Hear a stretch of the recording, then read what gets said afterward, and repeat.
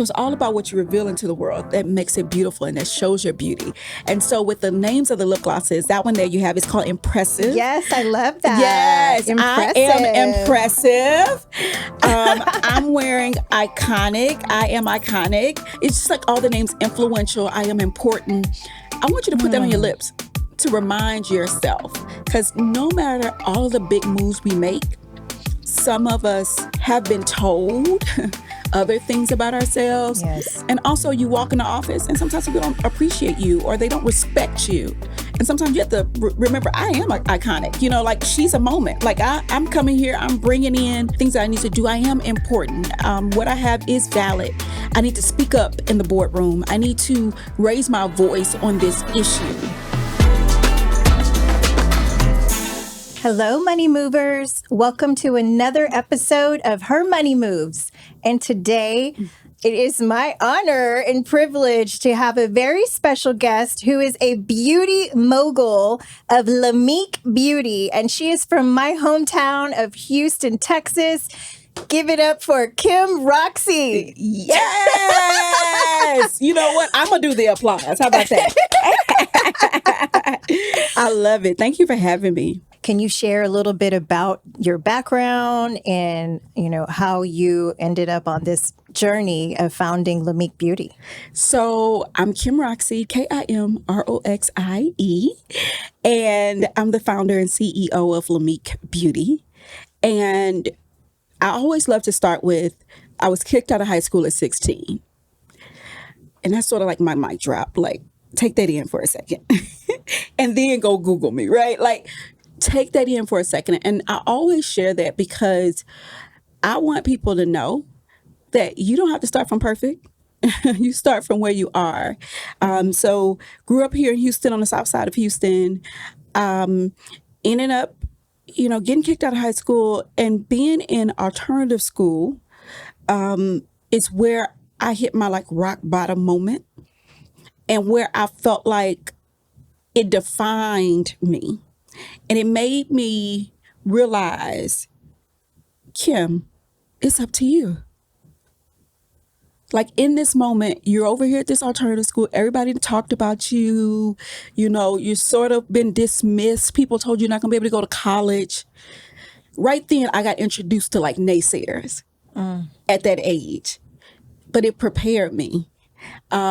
I remember writing down at that alternative school because my teacher, she saw I was so frustrated. She's so pissed about being there. And she said, Kim, write down your 5-year goal. She said, matter of fact, write down your 1-year goal and your 5-year goal. And my 1-year goal was just to be accepted into my dream college, Clark Atlanta University in Atlanta, Georgia.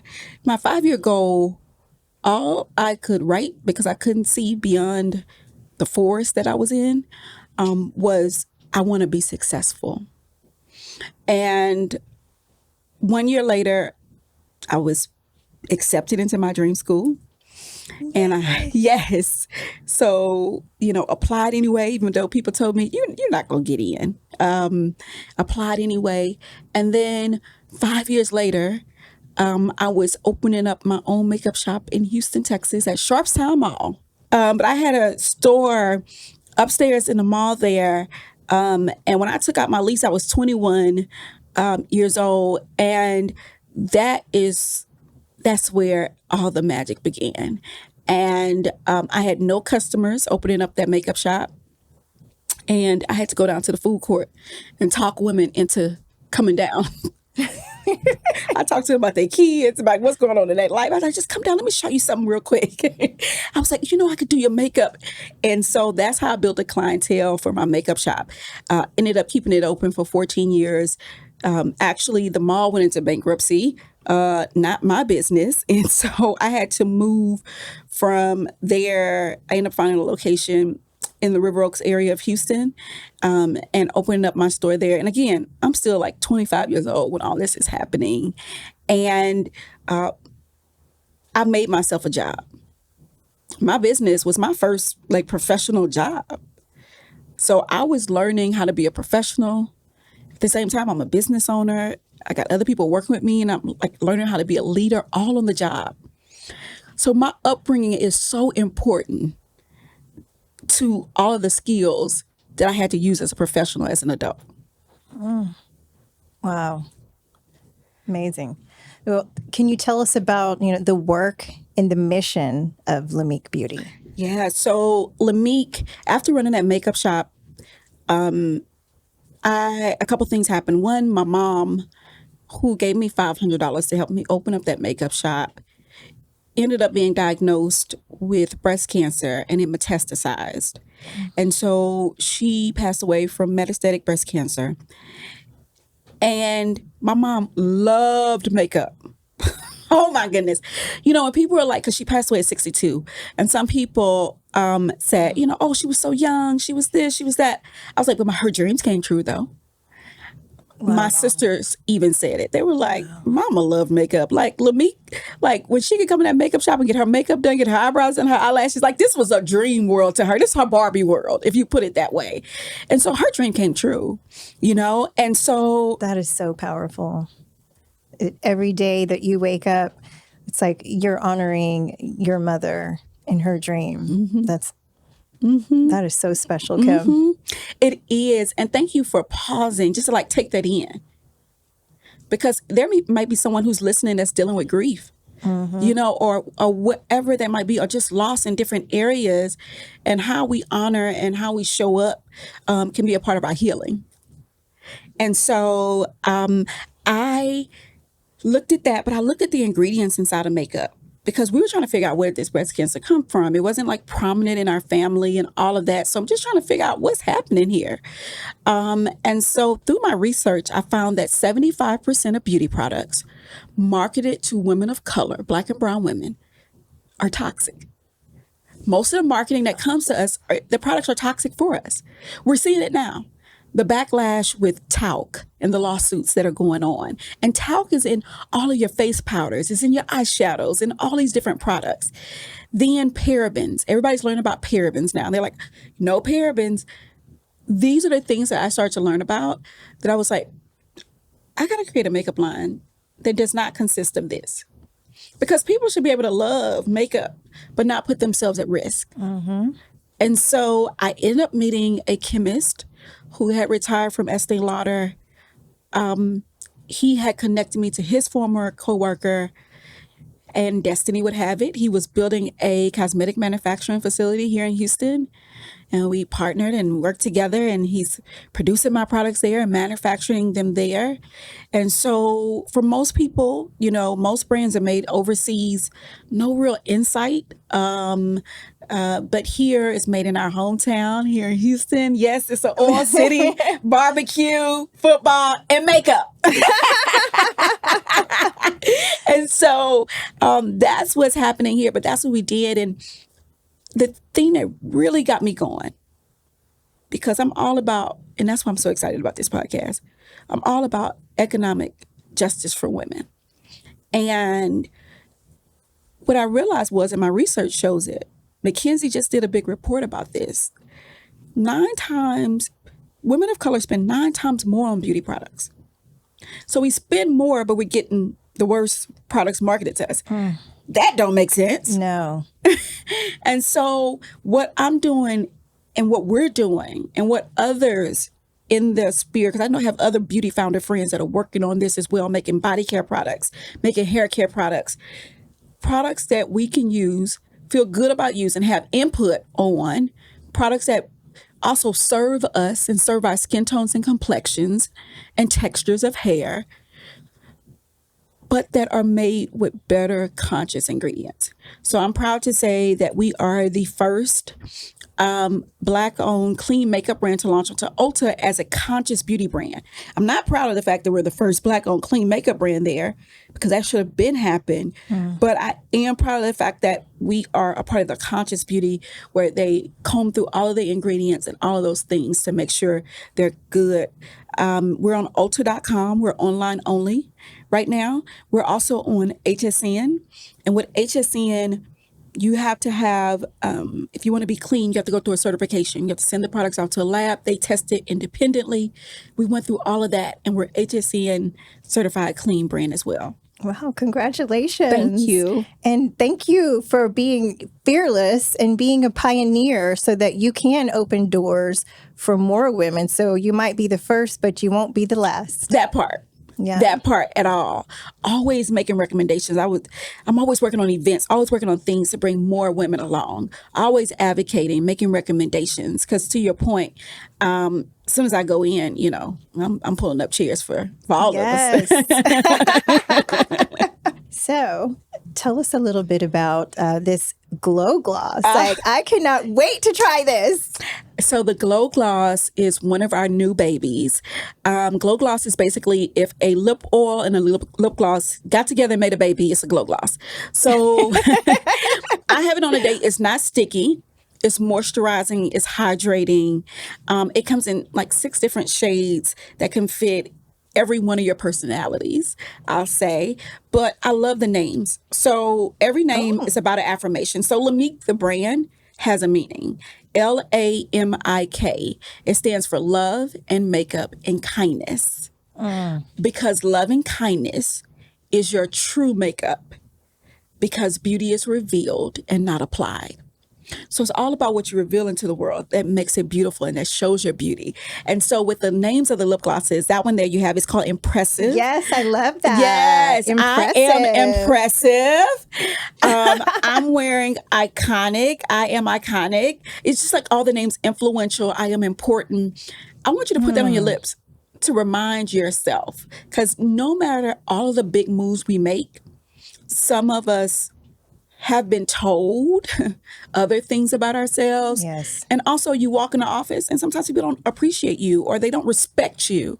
And sometimes you have to remember, I am like iconic, like she's a moment. Like I'm coming here, I'm bringing in things that I need to do. I am important. What I have is valid. I need to speak up in the boardroom. I need to raise my voice on this issue. Yes. And I just want to put this on your lips so it reminds you to open up your mouth. Right? I love that. My voice will be heard today. So yes, so that's what remind you of. Now that one there, this is the one where I believe you are going to become an ambassador for it because you know how to do these brows. But it's the LAMIK. Yes. I can't wait. Yes. It's the LAMIK brow kit. This is the one that made me pretty much be This puts you on the map. Put us on the map, but it also put me on the map personally in my own life. These products have worked on me before they worked on anybody else. And what I mean by that is I have a form of alopecia. So I actually experience hair loss on my scalp, on my eyebrows. I'm usually bald. And you rock it. Thank you. Thank you. But the hair loss happened on my eyebrows. And that's where I was like, oh no, like your brows frame 75% of your face. Like, okay, we got to do something about this. And I'm an esthetician by trade. So when I opened up my makeup shop, I also got my esthetician license. And so I did everybody's eyebrows. I'm known for the way that I can shape people's brows. But I don't have any eyebrow hairs. So the first product that we launched with was our Revelation Brow Duo. And it comes with a brow powder and it comes with a concealer. The brow powder you put in your eyebrows, that's to finish them. So like literally this whole end to my eyebrows is all brow powder. And then you take the concealer with the angled brow brush that it comes with and you put it underneath to sort of highlight it. And it makes your brows pop. Because when your face is framed, I want women to be able to make the money moves they need to make. Yeah. When they feel their confidence and their most confident self. Mm-hmm. You imagine the kind of moves she can make when she feels that way? Oh, yeah. Like, that's the way I want her to feel. I don't want her to feel like, kind of bowing down because I don't look my best. I don't feel my best. No, put your brow kit on, like show up. You're ready. You already got the knowledge in your head. Women are the most overqualified species on yes, we are walking the earth. So you got that part, but I just want you to feel confident in it. But this is the product that made me really reveal my beauty because it made me share my story. If you look on social media at the Kim Roxie, you'll see, and also on at LAMIK Beauty on our pages, you'll see where I show when I got my head shaved. You'll hear me talking about alopecia. You'll hear me talking about hair loss, because my hair was a big part of my identity, big part of the reason why I felt like I was beautiful. Because growing up in school, I was teased about being dark skinned in a negative way. And my hair, because I had beautiful hair, that was the thing. People said, "Oh, but you got pretty hair." So that made me feel like that's what made me pretty. And so when I lost my hair, I felt like I lost my pretty, right? Because that was the thing that people would compliment me on. So this is the product that made me reveal my beauty, because it made me really show up and made me look deeper for me. Wow. Do you get a lot of testimonials from some of your clients of how much that LAMIK Beauty has helped them in their lives and with their self-confidence? Absolutely. I hear that a lot because we deal with a lot of movers and shakers. Most of our women are somewhere like busting the glass ceiling or doing all of those things. And so they tell me all the time, I get emails, I'm using LAMIK, one, because I don't even feel it when I have it on. They love the lightness of it. But they're like, I feel confident for my presentation. They're like, I'm looking at your journey and what you're doing. I'm looking at other women who are LAMIK women. Like if you just search some of the women who say they wear LAMIK, look at the things they're doing. And so it's just like this energy that's happening, that we're cultivating and that we're nurturing and that we're pushing and we're cheerleading, that I'm seeing women reveal their beauty in ways where they're making history, and they're LAMIK customers. I hear it all the time. But I'll tell you about that glow gloss. The affirmations are there and all of that. But there's this customer named Margaret.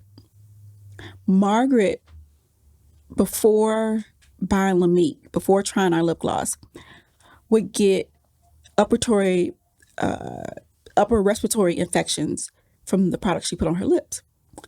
She discovered this through like the ingredients and stuff like that. She ended up discovering it.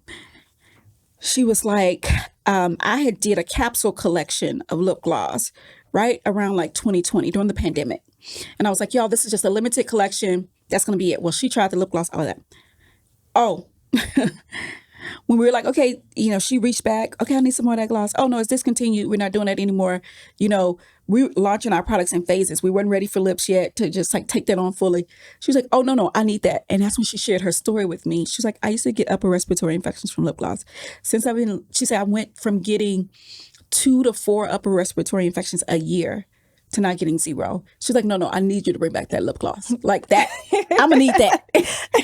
And she's my inspiration for doing that, because can I be honest? Yes, of course. And say that I felt like the lip category was too crowded. And as an independent brand that is not venture capital backed yet, I have to be very smart around how I launch products and things like that. So I was like, lips, everybody got lip products. I'm good. Like, I don't need to do that. But it was Margaret who she reminded me of everybody else out there. And I was like, remember why you made the products? You made the products because of the ingredients. So if somebody's telling you that they're better health-wise because they're using that, then you need to continue to make, or if it's making it better for their lifestyle, you need to. And so she really got me. And now it's just a top seller within our brand, and it's working out great. But I almost fell victim to looking around me and going, oh, everybody's doing it. But my customer, made me figure out it's unique. It sounds like you have a really deep connection with your clients and with your LAMIK Beauty community. My LAMIK Beauty community. Yeah, we call them, they have a private Facebook group called Ladies Who LAMIK. That's the army. That's the bag up. Anything jump off, I'm like, get in the Facebook group. Look what happened, y'all. They're our army. LAMIK is really built on community. Like I shared with you, Stacey, I didn't really have time to go work in corporate America or do anything like that. I went straight from college to owning a beauty business, in the beauty business as an entrepreneur, and then concentrating and focusing in on these products that we're growing. So again, a lot of my upbringing is what made me who I am. I grew up in the church. Community. You see the same people every Sunday. I mean, it's about checking in on people. It's about being there for one another. It's about serving one another. That's the way I grew up. So our brand has a strong community of women who I love to always tell my team, we're high touch. We're high touch. In a digital world, what makes us so different is the fact that we are high touch. And I think that helps us a lot because our customer retention rate is high, all of those things. Our AOV is good, average order value is higher because our customers, they know, they see the journey, they're with us, they're part of the community. They know they play a role in our success. They're just not a customer. They are role players. Yeah, in it. And so how has technology played a role, in your business? Wow. Well, we launched nationally e-commerce March 2020, same time as the pandemic. So technology is everything for us. But let me just break it down. It was as simple as when we launched, it's the pandemic. I'm thinking I was going to launch at South by Southwest. You know how we are. Me and Stacey, we bump into each other at events. Yes. So, we always be somewhere together. So we moves around, right? Money moves, moving, okay? But I thought I was going to launch at South by Southwest. I was so excited. We're going to have this big activation. We're going to show the products. We'll get some press. Like I had all these things in mind. COVID hits. It's like, you're not going nowhere. South by Southwest is canceled. I'm like, oh my goodness, how are we going to launch this? Because I had my website live, but just because your website live, nobody, your website's millions of websites, like who's just showing up, right? You got to start running ads, all this other kind of stuff you got to do. But I was like, how can I really let people know we're in business? Like we're open, let's go, try the products, try this brow kit. And the first Friday in April, I turned on my camera and I went live from my daughter's bedroom. That's why I love all this pink in here, because my daughter's bedroom was pink. And I turned on my phone, got in front of my ring light, and I was hit live on my phone. I said, y'all, it's Friday night live. That's exactly what I did. And I just turned on the music and I started dancing. And I was like, I'm going to bring joy to people during a time that we didn't know what was going on, what was happening in our lives. And now, before, people could see your whole look. They could see these beautiful metallic boots that we got on. We vibing. But they could see all of that. But now all they can see is this little square box. So now you have to put some more effort into your face. So all of that, oh my God, now I need to put something on my lips. Now I need to do my eyebrows. And so I was like, let me show you these ladies how to do it. Because most of our customers, like I said, they're bad professional women, but they didn't go to makeup school. They went and got degrees. And so the Friday Night Live shows you how to put on your makeup. It's a live shopping experience. It's a makeup party. And it helps so many women. And I still do them to this day. There's no doubt that LAMIK Beauty is having such an impact in the industry. Mm-hmm. But you did talk about the McKinsey report and how there is still a long way to go. Mm-hmm. There's still such a long way to go. There's still so many tables to turn. There is some really interesting data points, just talking about how a sector and a demographic of women are being totally ignored by the beauty industry. But it shows that if we get them the products that they desire and want, that it's a $2.6 billion opportunity. Come on, Stacey. You're into investing. Now, come on. You sounds already. Good to me. It sounds good to me. Okay? Sounds like a winner. It sounds like a winner. We don't have to guess this audience. Mm-hmm. We don't have to. McKinsey put the whole report together. And if you look at it, literally, you'll be like, what are we doing? Where's the brand? And so they're just looking for companies that can grasp it's $2.6 billion. So this $2.6 billion opportunity is not the one that a lot of times, how in investing, we talk about the total addressable market, mm-hmm. right? We talk about the SAM, the TAM, all of that stuff. Those are what has already been defined. But what McKinsey was really special is the beauty industry is like a $400 billion industry. We can tap into all of that. But what it's saying is there's $2.6 billion that's not even on that map because they have not addressed this audience and put her dollar at hand. She spends 80% more on cosmetics, spends 9 times more on beauty products. But because there's not enough representation from the manufacturing standpoint, from the investing standpoint. So the consumer that's being put forth first, and then from a shelf standpoint, there's something called the 15% pledge that's out there that retailers are committing to 15% of their shelf space going to Black-owned brands. Right now, most retailers are well below that quota. And that's the reason why they had to commit. It's not a charity work. It is literally billions of dollar opportunity that if we do it, if we put these products in front. It feels like activism, but it's around equity and it's around a profitable solution. Yeah. Yeah. And you know what also really surprised me is that here there are so many men that are running these business brands. Yes. For women. And, you know, that's the reason why people always say to me, oh, Kim, I'll be at a lunch meeting or something. And some of the women get together and say, oh, Kim, this question's not for you. But if you're in a men-dominated space, and I'm like, no, that question is for me. Mm-hmm. I think people don't realize They don't realize it because they wouldn't believe it. They're like, oh, no, men run. If you look at a lot of the CEOs of the big beauty houses, if you look at a lot of these beauty retailers, you know, these are men in executive levels making decisions. If you look at the chemist, they're actually making the products and manufacturing houses. Look at the head chemists on these roles. These are men that are running this industry. And it's not talked about a lot, but it's a male-dominated industry. Not, you know, maybe not on the person, the end user, but we're talking about the ones actually running the business. Leadership positions, yeah. But I am so convicted around this work, and it's a calling. And I met your beautiful daughter today, Sophia, and I think about Sophia, like Sophia needs LAMIK. You know, like think about my daughter Loretta, who's named after my mother, who literally, I do not tell this child to be involved with LAMIK, but she's literally our TikTok content creator. Like if you go to our TikTok at LAMIK Beauty, you will see Loretta tearing up the show on her own. She co-hosts Friday Night Lives with me. She's the person who'll be like, did you have a productive day? Did you have meetings? Did you have this? She's 8 years old. Like she's just like into it. And to be honest, amazing. She's going to be the second generation of LAMIK Beauty oh right my there. Goodness.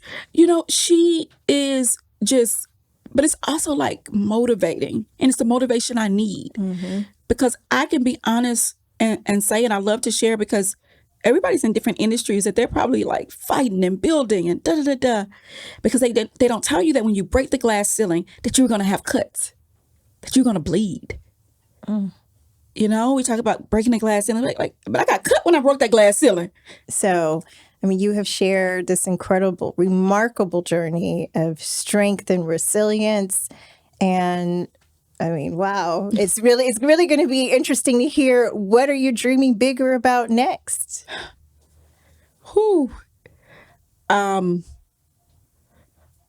dreaming bigger about next is I can see this vision for LAMIK being something that I can't even say out loud because it would be like, really? But we have it down. We know what it is.